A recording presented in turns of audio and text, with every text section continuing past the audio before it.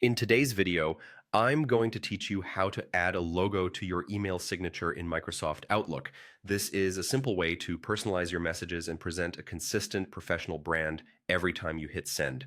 Whether you use Outlook for work or personal communication, a clean signature with a logo helps your emails stand out and look polished.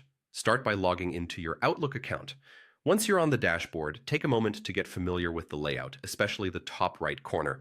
That's where you'll find the settings icon, the small gear. Click it to open the settings panel. From there, head to the account section and look for the signature option, then select it to open the signature editor. In the editor, you might see some default text, or it could be blank if you haven't created a signature yet. Click inside the signature box to place your cursor exactly where you want the logo to appear. Now look for the image icon, which typically looks like a small picture. Click that to upload your logo from your computer. Before you choose the file, make sure your logo is saved in a supported format like JPEG or PNG. PNG is often best for logos, especially if you want a transparent background so the edges look clean against your text. For sizing, aim for something crisp but not overwhelming. As a rule of thumb, 100 to 300 pixels wide works well for most signatures.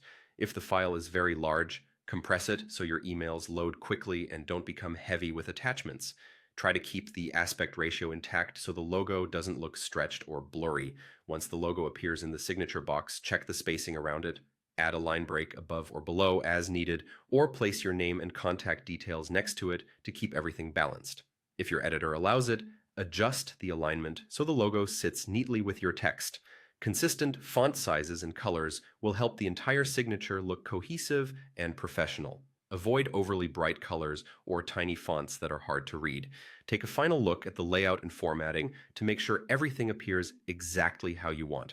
When you're satisfied, click the Save button, usually found at the top or bottom of the page, to apply your changes. That's all it takes to add a logo to your Outlook signature.